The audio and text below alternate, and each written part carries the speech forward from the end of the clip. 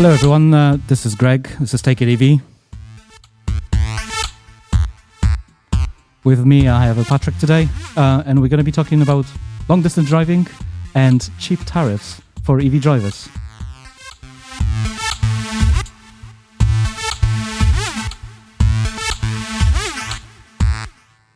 So Patric, introduce yourself and briefly tell us what we're going to be talking about. Sure. My name's Patric, and some people want to know what my surname is. I change my surname all the time, and it changes to what I'm actually doing. Mysterious man. Yeah, man of mystery. So sometimes I'm People's Tariff, sometimes I'm the Green Strip Show. The other day when I went to a restaurant, I was, Patric, I've not been here in a few days. And they said, are you Patric? I've not been here in a few days. I said, yes, I am. That is exactly my surname. They believed me, weirdly. Have you not seen me here in a few days? So, yeah, I mean, if you want to know, if you want to do LinkedIn, my name is Patric Main. And I haven't done LinkedIn for 10 years, so I need to update it. That's fine. So, people's tariffs, that's, I got it right? Absolutely. So, last year, after I went to Farnborough, I came away thinking, there's got to be something I can do for people like me who have an electric car and are not a multi-millionaire. Because basically, my experience of electric cars so far is most of the people have got them, and I don't mean this in any derogatory way, but most of the people are quite wealthy comparatively. So in order to have an electric car, generally speaking, people have solar panels and a drive, because if you have a drive, then you can charge at home, and that means you can charge cheaply. But I, unfortunately, live in a flat, and I can't charge cheaply. So I was looking for a solution for people in a similar position to me. I'm sure there's loads of people who can relate, so... Thank you. So do you want me to tell you a little bit about it? Yeah. Okay, so I mean, I drove away and I thought, you know, all of these charges, like if you look at a Tesco car park, for example, originally they were free because Volkswagen were very naughty at one point and probably didn't give all the information about their diesel engines that they should have given. And then in America, well, let's not talk about that too much. We don't want any lawsuits. So anyway, what they did is they had free charging for people when they went into Tesco's, which was brilliant. But unfortunately, it got a bit abused.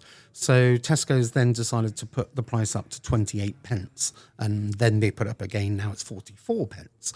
Now, when you think most people charging at home are charging for less than 10 pence per kilowatt, you can probably understand where I'm coming from. It's 4 times the price. So these car parks are empty at night. And the electricity is cheaper at night, I hope. Some businesses can get paid for it even. Some businesses, I like that. Some businesses are, you know, please use our electricity because we've got nowhere for it to go. So please take it. And you go, all right, we'll take your electricity. So what can you do with that? You could charge cars. The car park's empty. Nobody's shopping. It's all available apart from some of the signs. The signs by Horizon Parking say maximum stay 15 minutes on a 7 kilowatt charger. How are you going to charge anything on a 7 kilowatt charger in 15 minutes? But what I really want to do is to do it cheaper. So whoever needs to get involved, whether it's the government, like dropping VAT to 5% as fair charge have asked for, and many others now, or basically using the levy funds to actually help those who are less well off, who don't have off-street parking, charge an electric car. That would be brilliant.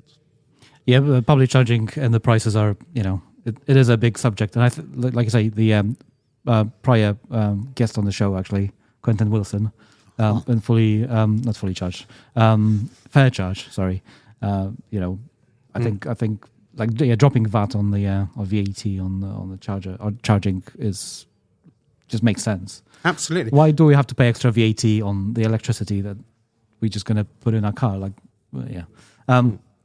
So you're a very passionate man who obviously has an issue with, you know, and I fully understand it. Like, I wouldn't say I'm well off, but you know, I've got a decent job and decent salary, so I would love to see cheaper parking or charging as well. Like it's an everybody's win, right? Because people are moaning about electric car charging prices, and some people just even make up figures. Oh, it's going to cost me more than a diesel. I'm like, no, it won't. You have to be a bit more savvy about it sometimes. But you can do it cheaper than a diesel or petrol still.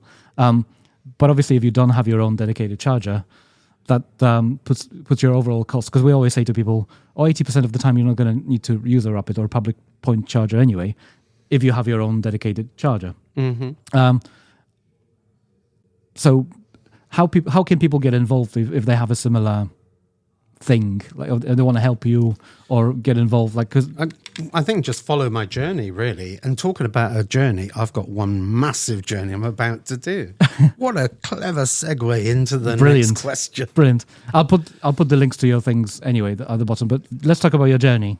So basically, me being a leaseholder in the United Kingdom, I realised that I wasn't allowed to charge my car at home because basically anything I do, like put on solar panels or have a charging cable going across the footpath safely, even in something like Turbocharge or any of the other companies, I can't do that. I'm not allowed to without begging to my freeholder.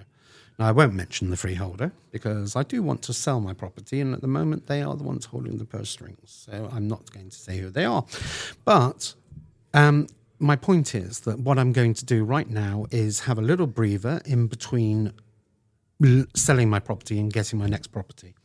And I'm about to turn 60. Da, da, da. I don't have that button. But okay. I can do. Da, da, da. What can I do? There we go. That's all good. So I'm about to turn 60. And so I basically had this idea. What if I went 6,000 miles around Europe? But then I changed that because I put the number 60 on the back of the car. And I thought, oh, that's not kind of bright enough. And then I put another 60 there. And I was like, someone said to me, why have you got 60 and 60? And I thought, oh, think quickly, Patrick, think quickly. I'm doing 6,060 miles. That's what I'm doing, not 6,000 miles. So 60. I'm going to turn 60 in August. And in 90 days, I'm going to go to 30 capitals of Europe in my E-Up, which is now the world's smallest camper van. Oh, wow. How do you pack yourself into that? Well, honestly, if you want to come and see it, which is currently hopefully charging over at 3TI, we're just sorting out some internet issues at the moment, which Starlink are now providing the service. Thank you very much, Starlink. And so, yeah, as soon as we're charged up, how am I going to do that? I've packed everything in there that I could possibly ever need. I've even got a fold-up electric bicycle in there. I've got a fridge in there. I've got a bed. I've got toilet facilities. I won't go into too much information there. I've also got 2 showers. Why 2 showers? Well, just in case one doesn't work, I'm always going to make sure I have a backup. There's a backup, yeah. Yes, exactly that. So which capitals are you planning to go to? Are you going to cross any... I mean, you're going to cross the water, obviously, because you have to go to mainland Europe. Yeah. But are you going to go to Scandinavia as well? Absolutely. So the first port of call will be Brussels. So I will go into France via the Channel Tunnel on the 6th of the 6th. Another strange thing going on. Yeah, 60-60. So yeah, I'll be going into France, then into Belgium, to Brussels, and then to Amsterdam, and then from there to Copenhagen in Denmark. I'm trying to do some accents. I don't know if they're any good. And then I would go to Stockholm, and then I would go to Oslo, and then Helsinki, and then Tallinn, Riga, and Vilnius, and Warsaw next. And so then we come down to Sofia, Bucharest, Tirana, and other countries. Yes, there are other countries. San Marino will have to be one of the stops in Italy because it's very small, but it counts as a capital. So it does, yes. Yeah. So and Monaco as well. So there we go. So I'm going to do 30 capitals in 90 days. I'd like to go longer, but something happened in 2016. I'm not going to get political, but I would love to go longer. That's all.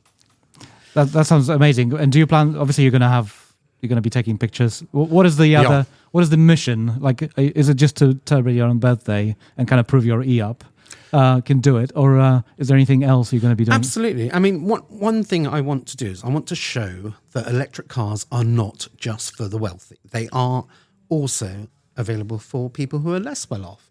And so I've worked out that the charging will cost me about 10p a mile. So it cost me about £660 to do this journey.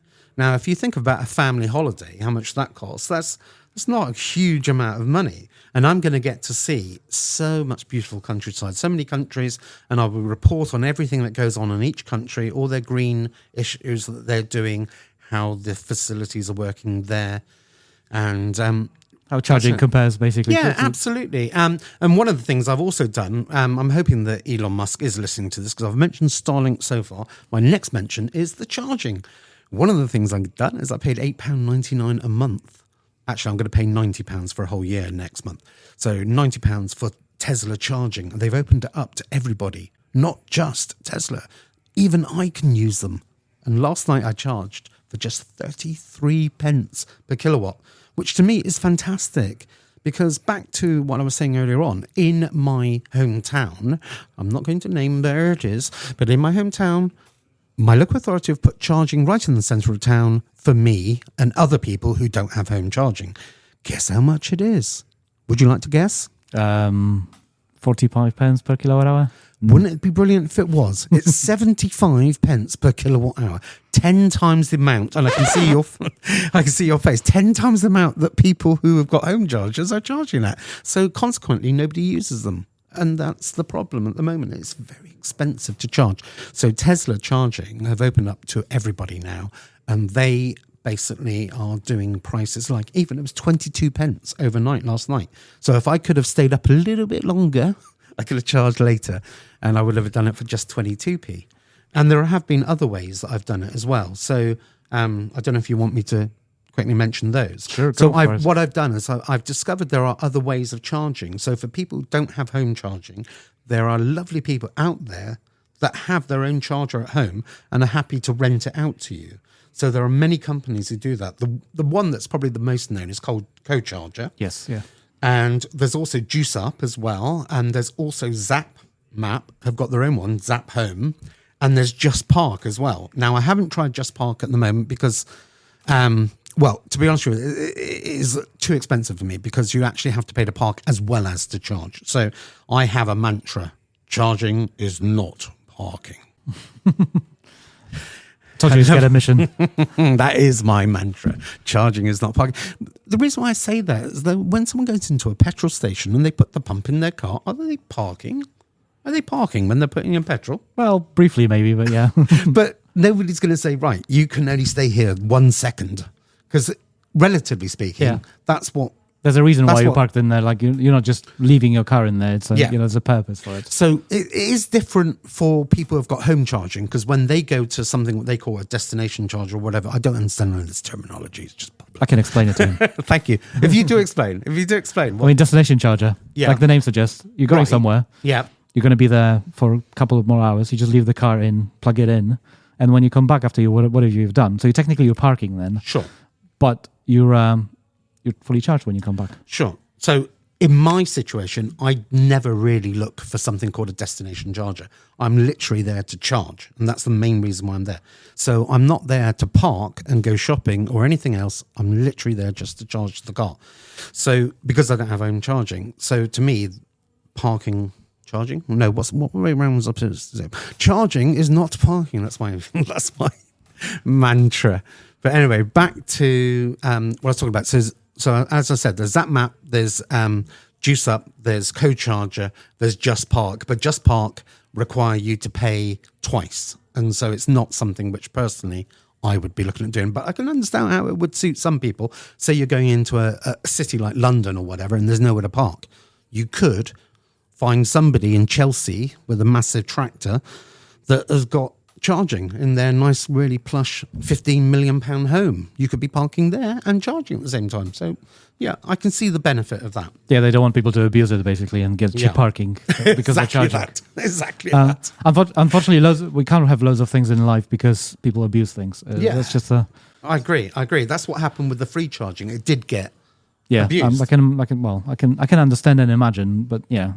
So, are you going to be trying to contact anybody else along the route, and maybe talk to other like radios or stations or anybody else? Have you done any of that, or is it just your own mission to just basically show here's what I'm doing. This is my adventure, and you can do it yourself. There's that, but I haven't actually plotted it. I haven't plotted it out where I'm going to sort of speak to other people. But yeah, absolutely. I want to talk about other situations as I go along, and also visit factories as well that are doing anything with renewable energy. So even like in a few days' time, I'm going to be in Kingston upon Hull, although everyone calls it Hull. I'm going to be in Hull, and as I cross the bridge, I'm going to be in Grimsby, which is where My Energy is, and I'm kind of hoping I can go and see there, because I know Jonathan Porter went there the other day. Yeah, they do. If you're friendly enough with them, they'll let you in. Jordan's following me on People's Tarrif, so I'm hoping she's going to allow me. I mean, it won't be the official tour, but at least if I can just see the outside of the factory, that'd be lovely, just to say hello as I'm passing. Anything in Europe you want to see? So much, honestly. I mean, is there anything you can suggest in Poland, for example? I don't know about there's so much to see in Poland or in Europe in general. You're gonna. I've had other guests who were doing adventures, including there's going to be an episode about the man who did pole to pole in his area. Okay. And everybody who's doing an adventure in their EV, obviously you've got a route and you've got a goal.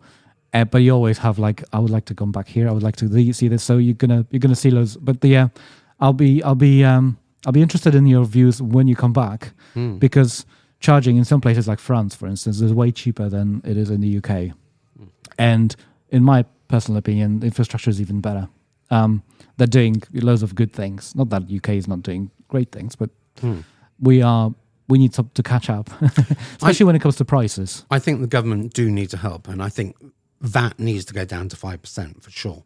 I mean, it's not like just Quentin and Fair Charge saying that. Everyone's saying that now. The AA are saying that, everyone's EVA, everyone's manifesto, 5% VAT. It's clear that needs to happen. Cool. And that's going to help Charge UK, because Charge UK are spending a lot of money. So it's not their fault that it's quite as expensive as it is. So help them for a very start. They're spending a lot of money. So give them the chance to drop their prices.